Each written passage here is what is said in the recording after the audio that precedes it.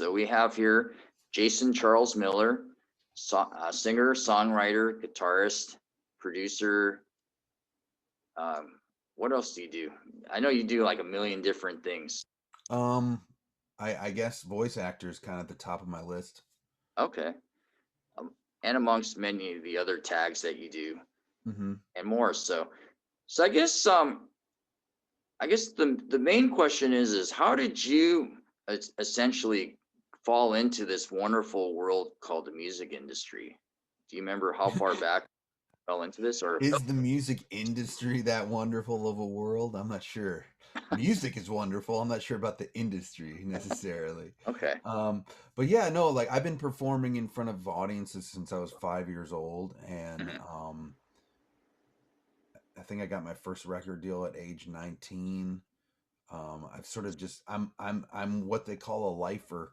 I've just Hmm. been in it for so long that there's really nothing else I could do that's not under the entertainment bubble. Yeah. Um, I like I think 18 years ago now or more, I sang on a commercial, Huh. and uh, sort of that enabled me to be a member of the Screen Actors Guild, and then um, I acted a lot as a kid, and Hmm. in but just in Virginia, like community theater and school theater and things like that. So then I looked into voice acting and took classes and really took it seriously, Hmm. and that's sort of become my side job. Sometimes pays more bills than my regular job, so to speak. Yeah. I was checking my IMDb last night, and I realized I have 123 entries for voice acting. Holy It's crap. kind of nuts. Yeah. When's the last time you've actually acted in anything? You mean like on camera? Yeah. I guess it depends on what you. I'm trying to think. Um, a lot of stuff online. So like, Okay. a lot of stuff on Geek and Sundry, but I'm usually playing myself, Oh. like a characterized version of myself. Um, I've been in a couple of Sci-Fi Channel movies Hmm. and a Comedy Central movie, but those have been quite a few years ago. I've really like honed in on um, making voice acting sort of my focus in the world of acting, because it uh, as a musician it doesn't take up as much of your time. Hmm. Um, I take it very seriously, and I spend hours on it every day because I'm sent Yeah. auditions every day. But it's a little easier because you're scheduled from two. Your session is from 2 to 6, and Yeah. that's your session. When you're booked on an on camera thing, it's like, oh, you're there from like 6 in the morning till 8 at night, and you're sitting around for 12 hours waiting to do your scene. And I think John Wayne said they don't pay me to act. I act for free. They pay me to sit around. you know. Yeah.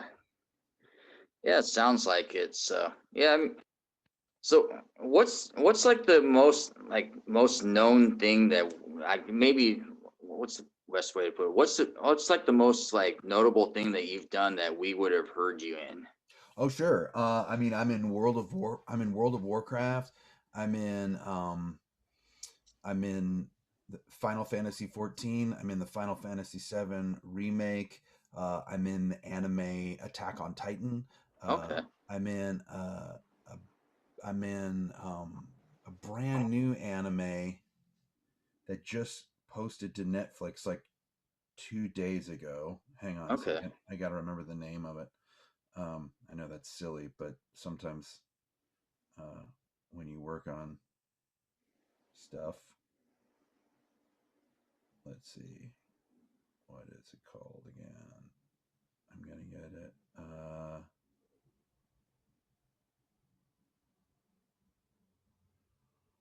Oh, Kuroko. It's called Kuroko's Basketball. Huh. I'm also, I used to build like Gundam models when I was a kid, and Yeah. then I got cast in Gundam Iron Blooded Orphans.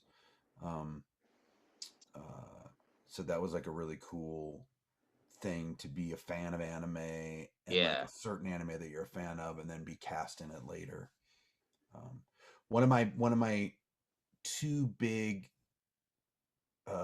actually, yeah, one of my two biggest accomplishments this year was I got cast as Optimus Prime in World of Warships. They did a Transformers crossover where the Okay. Transformers came into World of Warships, and like Yeah. every major Transformer got his own battleship. And so I'm Yeah. the voice of Optimus Prime in that. And then in the game Marvel Super War, I'm the voice of Doctor Doom. Oh wow. Yeah.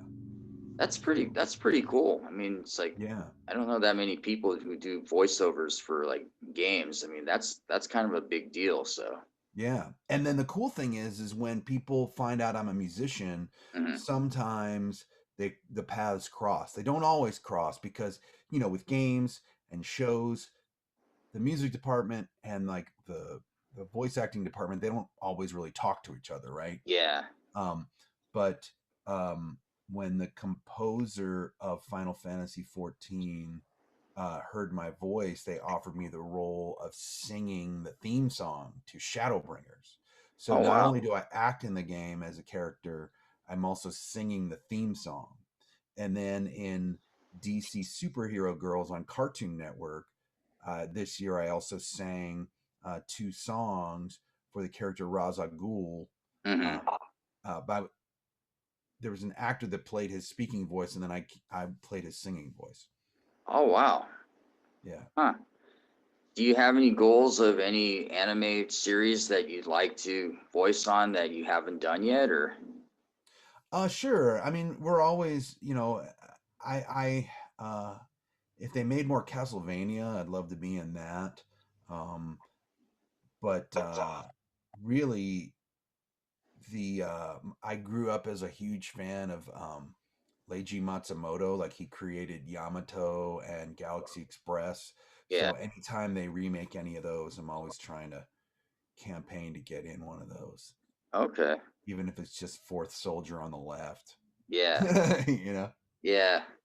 I I don't know if they still make One Piece, but I mean stuff like that, or I don't know if that's all in. I'm sorry. I've been in One Piece. I've been in a Oh few yeah. episodes of One Piece. Yeah.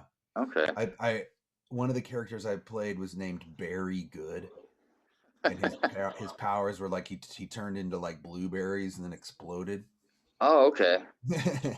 He was just in a few episodes, but yeah, uh, it's fun to I sort of consider myself the I like to say I consider myself the Clint Howard of voice acting.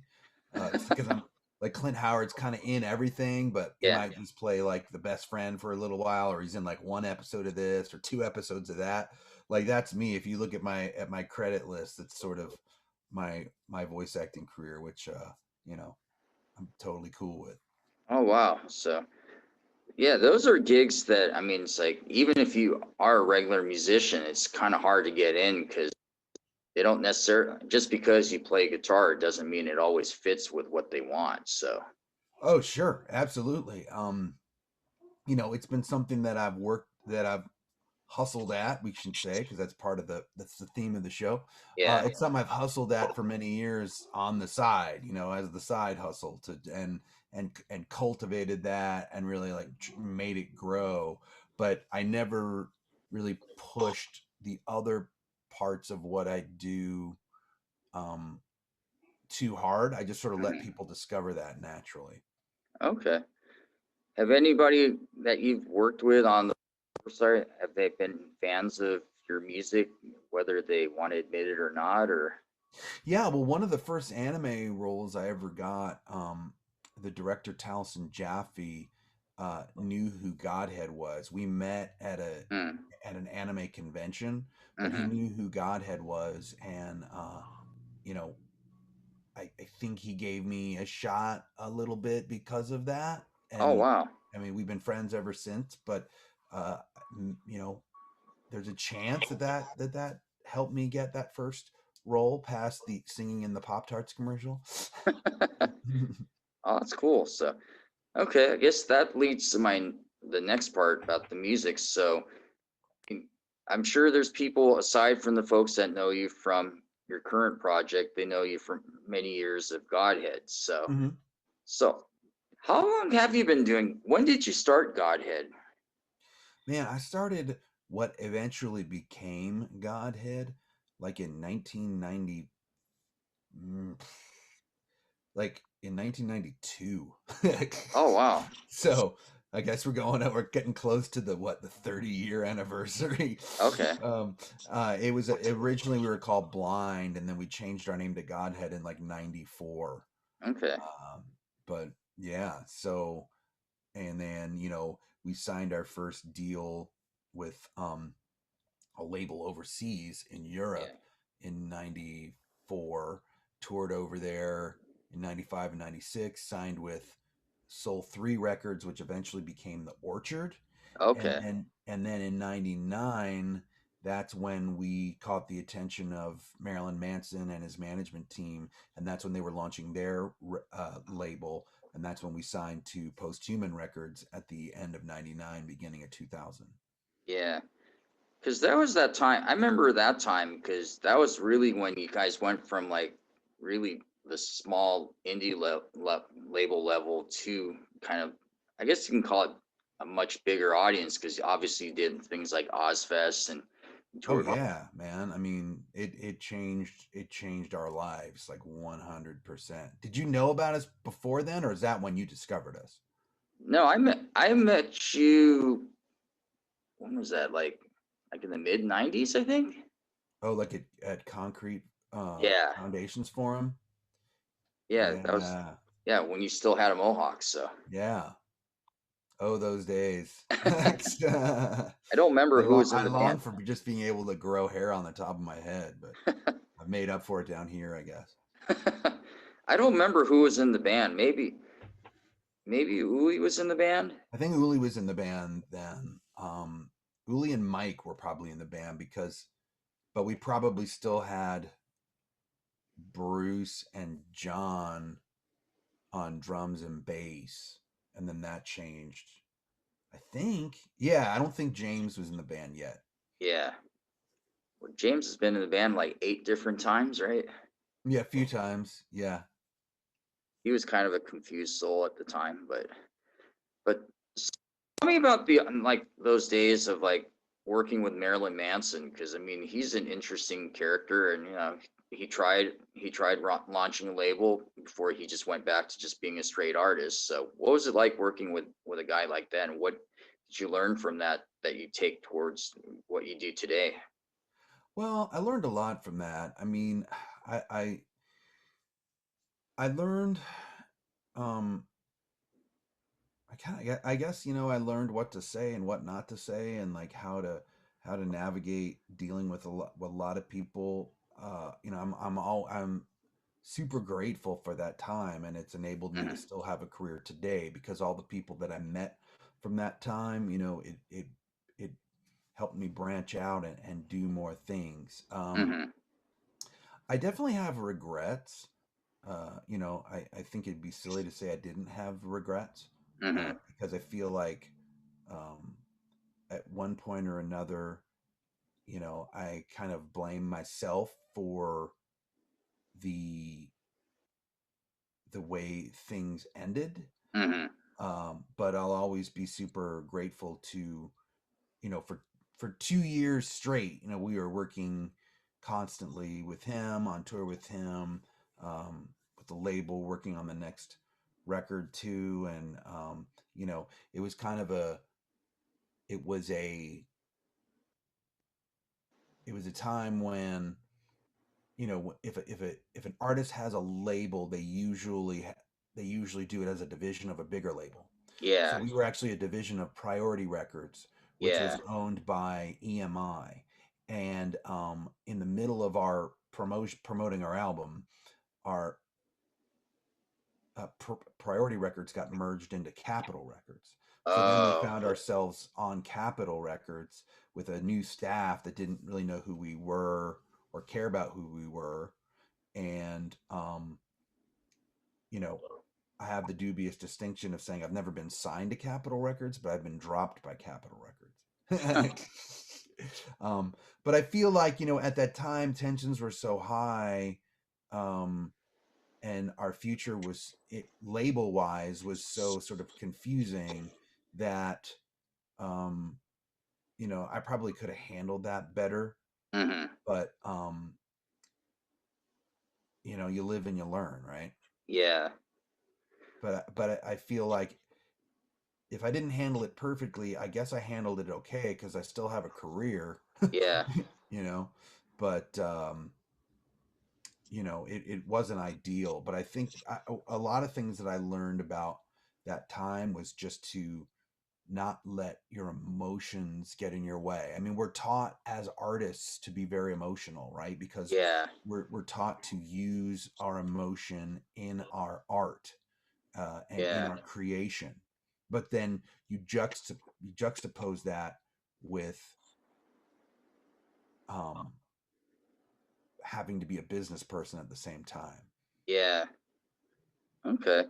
And I know during that era, you met a lot of people that you probably still are in touch with. So are there people that I know you do a lot of songwriting as well. So are there any people from that era that you still work with or collaborate with to either for songwriting sessions or otherwise, or? I mean, we were pretty insulated as far as like co-writing with others. We Mhm. co-wrote with Manson, um, and we co-wrote a little with Twiggy. But from that time, I didn't really get into a lot of co-writing, until sort of a little bit after that era. Okay. Like Ben Moody from Evanescence is still a dear friend of mine, and Yeah. we wrote a lot together. And we did something for the Punisher soundtrack together, and Okay. we met around that time. I am still friends with the Drowning Pool guys, and we met on Ozfest. Um, still friends with like, the Disturbed guys. So yeah, I mean, there's a lot of people from that era that I'm still in contact with and still talk to. You Okay. know, Yeah, because I know a for lot of those bands are still around or they decide to come back in one way or another. So right, yeah. maybe I thought you're still working with them in some form. So Um, if I mean, not necessarily that, and that doesn't mean that I won't in the future. I mean, I just had 3 songs on the Cyberpunk 2077 game, oh, okay. and I did that with my friend Jameson Boaz from a band called Epsilon Zero, Okay. and I met him at that time too, Okay. and we're still friends. We created a side project, um, specifically for Cyberpunk, Okay. called Resodrone, but now we're going to release an EP. Those songs will be released. One's already out. It's called Hmm. Resist and Disorder. It's on Spotify and Apple Music and everything. And the other two will be released by the game company, but we're going to release some more songs under that moniker. Oh, nice. Okay. Yeah. It was out and then I guess it got pulled and no one really knows what the future of that is these days. I guess the music part's out still, but Yeah, people still love the music. So, and it's actually, Cyberpunk is back. They did a bunch of patches, and I guess it's a lot smoother now. So okay. Oh, yeah, it had cool. a lot of bugs, and then they fixed it. So Oh, okay. So is there any chance of you reviving Godhead again in the future, or is that pretty much a no go? I'd like to. I've got some other projects that I'm working on where Godhead might be appropriate, even for a soundtrack or something Hmm. like that. But it's just hard to get. Everyone lives in a different place now, so it's hard to get everybody together. Yeah. I think Mike is back on the East Coast, or he's in Tennessee. Hmm. Um, Uli's here, but he's not really working in music anymore. He's more working in art. Yeah. And you know, um, I guess we had like 9 different drummers, even though Yeah. even though James is like, the iconic drummer that we had, and I still talk to James a lot, so Okay. you never know. But yeah, I would like to, and believe me, I get messages every day like, put Godhead back together. I'm like, okay, yeah, sure, I'll do it just for you. It's that easy. Um, but I'm certainly not leaving it off the table. Yeah. And we never really officially broke up anyway, so we're just Yeah. on a really long hiatus. Well, you got Twitch, so basically you can just change the backdrop and you can just perform the songs and then call it a Godhead show. Well, yeah, I've been doing acoustic Godhead songs on Twitch along with my other songs. Yeah, I broadcast on Twitch. It's funny. I don't know when you're gonna post this, but Hmm. as we're doing the interview today, I'm actually going to be featured on the front page of Twitch tonight. Oh, nice. Yeah. Okay. So I have my show called Miller's Music Mondays, where I Okay. bring on a different guest every week and we do a songwriter round. So like I'll play a song and then my guest will play a song and then we'll go back and forth and we'll talk a lot in between.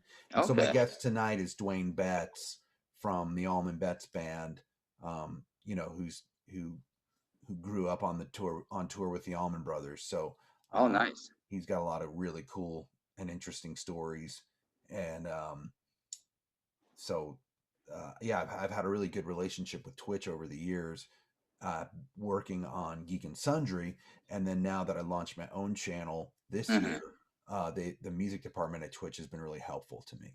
Oh, So nice. really great people, and they So, really they really want to help promote music and make yeah, that part of the platform. yeah.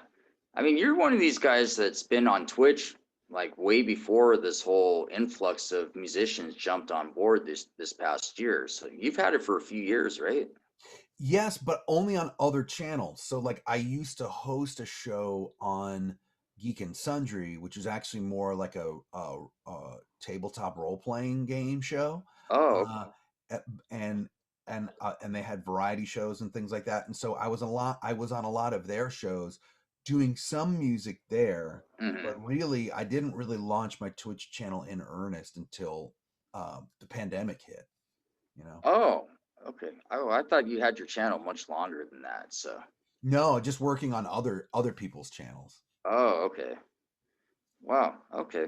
So tell me, I mean, what is it like working with Twitch? I mean, I know you said they wanted to work more with musicians, and now it's like, is it different than working with some of the other channels like YouTube and Facebook and some of these other channels? Because I know they want. Yeah, absolutely. Because there's people that you can talk to, because there's a dedicated music department at Mhm. Twitch, and luckily, I mean, I made partner pretty quickly, and I have a person that I can email and that I can Oh, even okay. talk to on the phone if I need to. Now I know probably not every musician has that, and Hmm. but but I think that like a musician at my level that's had um, my career would not be able to talk to anybody at YouTube or Facebook. I mean, sometimes YouTube will answer my emails, Hmm. but if I have a question or something, but the people at Twitch are really dedicated to helping musicians and build and continuing to build the music department there.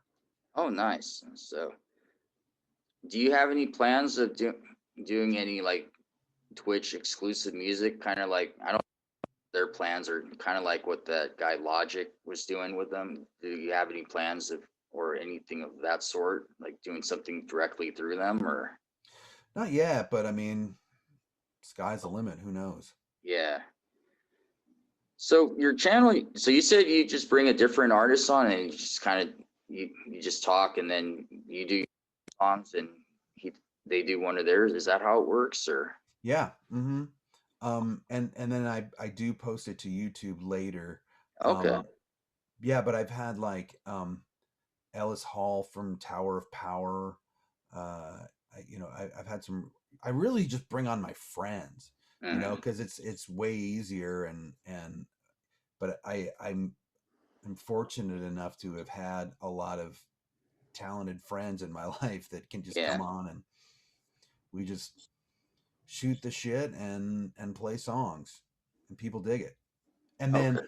what I do also though to sort of keep the channel cultivating is on Wednesday nights I do something that I call Whatever You Want Wednesdays. Hmm. And then I have a list of songs and you can request You can request any song you want, and I'll play it as long as I know how to play it.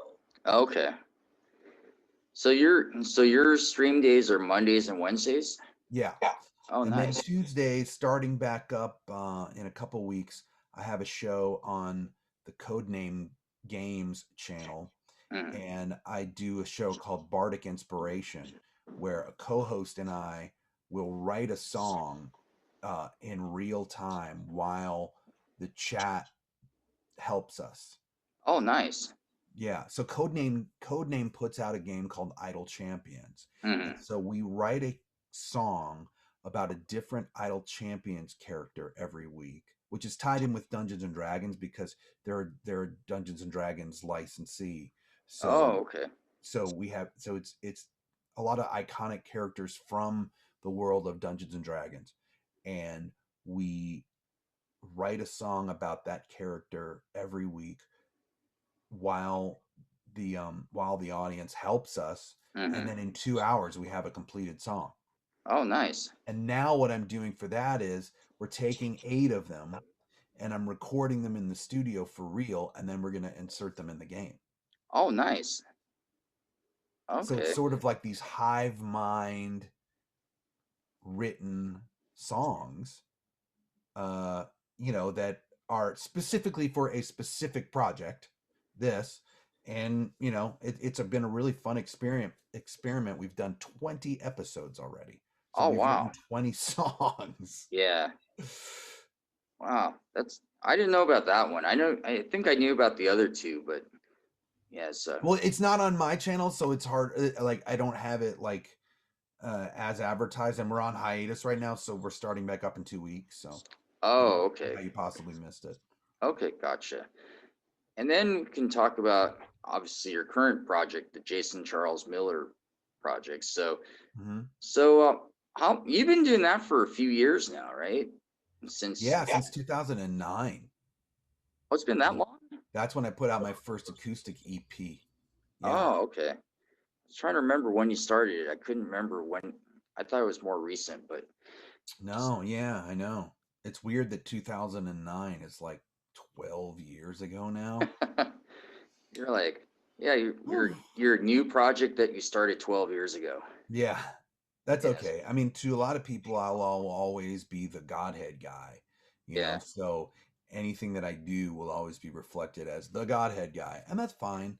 I understand that. And, but when and I might have told you this story already, Ray, but Mhm.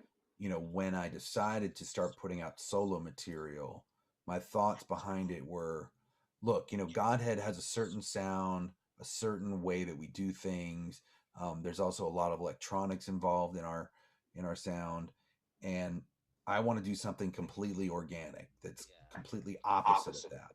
And so I started playing some acoustic shows and then just writing acoustically.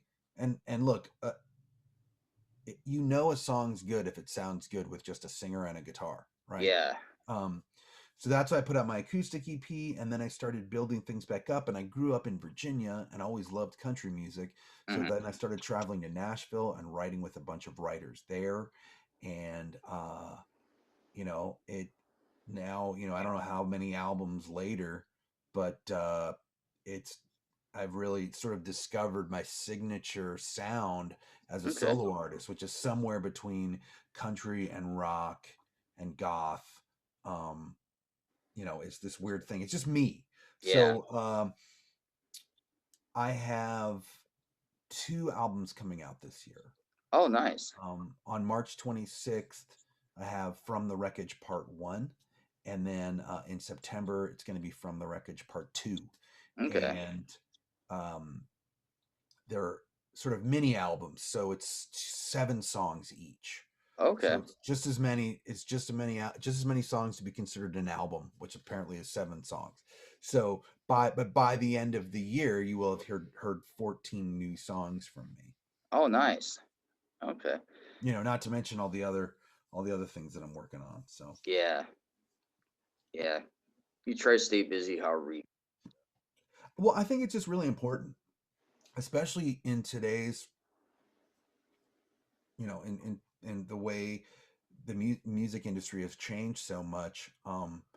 You can't really sit around and rest on your laurels. You just Hmm. got to keep going and keep moving. And um, one of the one of the advantages of um, how much I prepared for my last solo album, which was on Century Media, which then eventually turned into Sony Red, Hmm. was that I wrote a ton of songs, and the 11 that made it on that album, uh, thematically, those 11 worked, right? But I Hmm. had so many more that I believed in, that uh, a lot were just ready to go. Hmm. So from the wreckage, really is a reflection of songs that I wrote for In the Wasteland combined with newer songs. And Hmm. then I have and so it's they're not I wouldn't they're not B-sides whatsoever. They're just Hmm. songs that I really believe in, that I want people to hear. Yeah. And then in the meantime, I'm working on another full-length album, which will come out in 2022. So Oh, I'm not letting this slow me down, yeah. you know. Even though there's no shows, at least I can play online for people. Yeah. Um, and in the meantime, write and record as much as I can. Yeah. Because I mean, your music is kind of structured so you don't necessarily need to be in a. You can kind of do the acoustic thing too, which doesn't always work for everybody. But I think Right. for And streaming purposes, it works when you need to just do it on kind of like the way you're doing it, kind of like on a kind of like every Monday. Because if you had all sorts of gear, I mean, that would just be a nightmare to try to set it up, and then next week you got to plug and then bring in the. yeah, I mean, I just have a microphone right here, Mm-hmm. and I've sort of found a way to make this room sound good. Mm-hmm. Uh, and I'll have the guitar right here, Mm-hmm. and my voice is closer to the mic, and the mix just works. Yeah. So I keep it as simple as possible. Okay.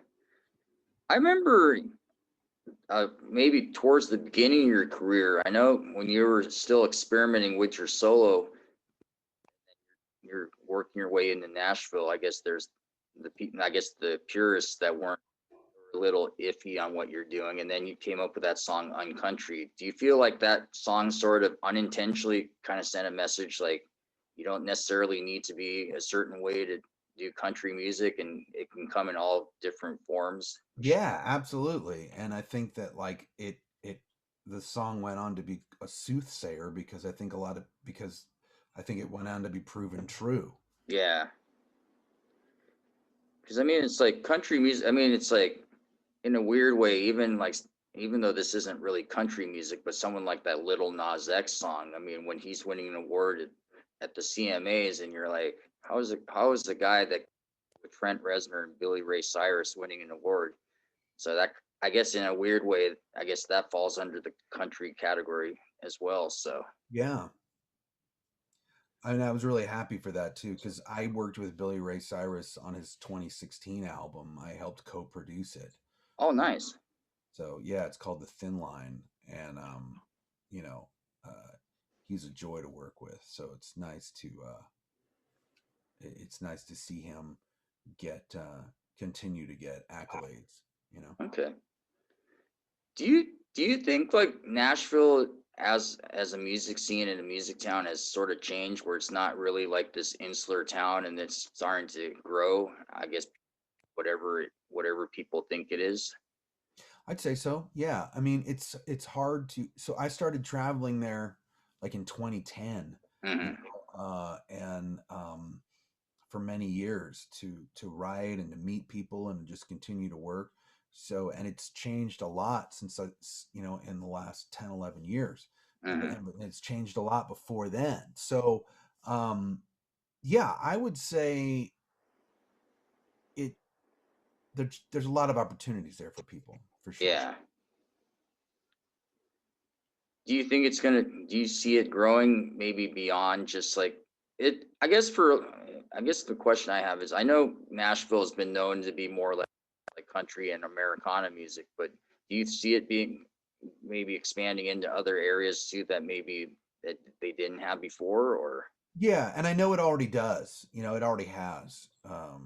To rock to hip hop to R&B. I mean, every type of music is being recorded there. oh nice.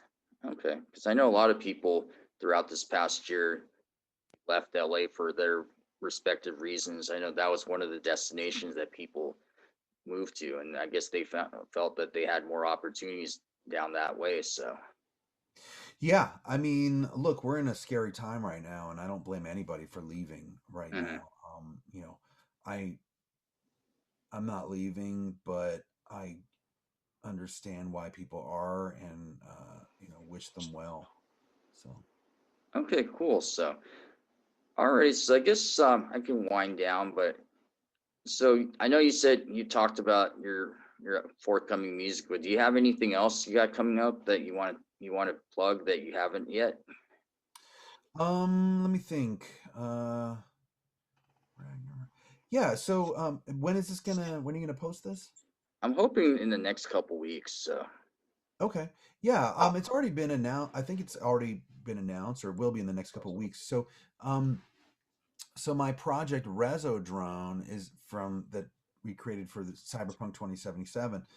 We're now going to be making a soundtrack for a new role-playing game called Gods of Metal Ragnarok. oh Uh, wow. the Kickstarter is going to be launching for that in the next couple weeks, and I composed all the music for the Kickstarter too, Hmm. and it's basically like Dungeons and Dragons combined with metal.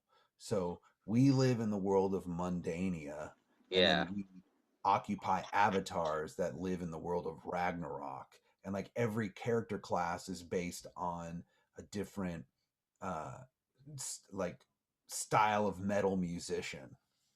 So I don't want to reveal too much, but that's coming out soon, and so we're making an instrumental album for people to just play in the background while they're playing the game. Hmm. But I'm hoping to get a lot of celebrity guitar solo cameos for it. Oh nice. So and that's looking well. I don't want to jinx it and announce them before they some people have agreed, some really cool people that I'm, very respectable people have agreed to do it, but we're just, we're waiting to announce that part of it. That's cool. So, and this is something I was wondering. I know you have a lot of different people backing you when you play live. So how many different people have you had play with? I mean, you have a lot. Yeah, I mean, I guess that's the joy and the pain of being a solo artist is that the joy is that you can kind of like plug people in and out depending on Yeah, who's available. And and the pain is that I can't afford to like pay them a retainer or something, like yeah. Tim McGraw can or something. So yeah, I ideally like last year when we went on tour, or I guess now 2019 Hmm. is when the last time we went on tour. Although the last show I played was March 8th, 2020, and then LA was shut down like a week later. So that was like the last week that anybody did anything in LA. So I squeaked one in under the wire. Yeah, I was supposed to go to Europe a couple weeks later for a tour, and I was like watching all the borders close and just being like, dang it, I don't think my tour is gonna happen. Um, but in 2019, when I toured the States, I just brought three other guys. So it was just the four of us.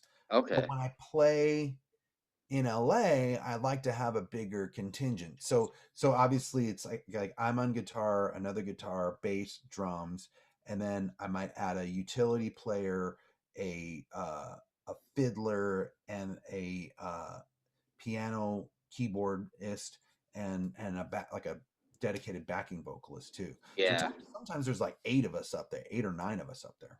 yeah, yeah. Wow. Want it to be a great show, you know? Yeah, no, I was. because I've seen you a few times. I'm like, let's see if I know any of the band members, and then I look back and I'm like, I know that guy. I think I know that guy, and it's like, and then the rest I'm not sure. But and then by the next time you have a whole different band. So, but Yeah. wow. So Like I said, the other guys might just not have been available that night or yeah, something. and, wow. So it was March 8th of last year that you last played.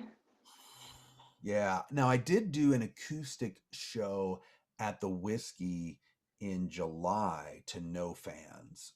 We just did Oh, we just and we streamed that on Twitch. We streamed that on the Whiskey, the Whiskey's Facebook, the Rainbow's Facebook, my Twitch. We streamed it on like 6 different platforms. So that was really cool to do that. And I've been slowly releasing those performances on my YouTube channel just so people can see that.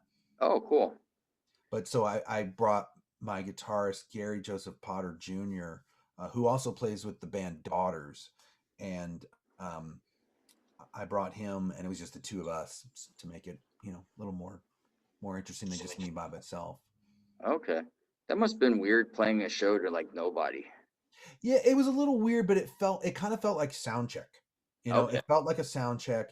And luckily I did have my computer sort of next to me and I could look at the chat comments and sort of comment back a little bit. Oh, okay.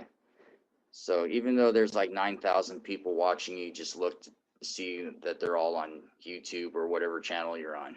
Yeah. And I did do something at the Federal also early on. I want to say it was like in April or May. I did something similar to that at the Federal. Oh, nice. Okay, cool. So, and lastly, so for anybody who wants to find you on the interweb, who doesn't know how to find you yet, where can they find you? Yeah, just Jason Charles Miller kind of you'll find everything. If you go to jasoncharlesmiller.com, it'll have the link to all of my social medias. I mean, I am Jason Charles Miller everywhere but Twitter because my name's too long. So on Twitter, I'm Jason C. Miller, but everywhere else, luckily, I was able to grab my name. Oh, nice. Okay, cool. All right.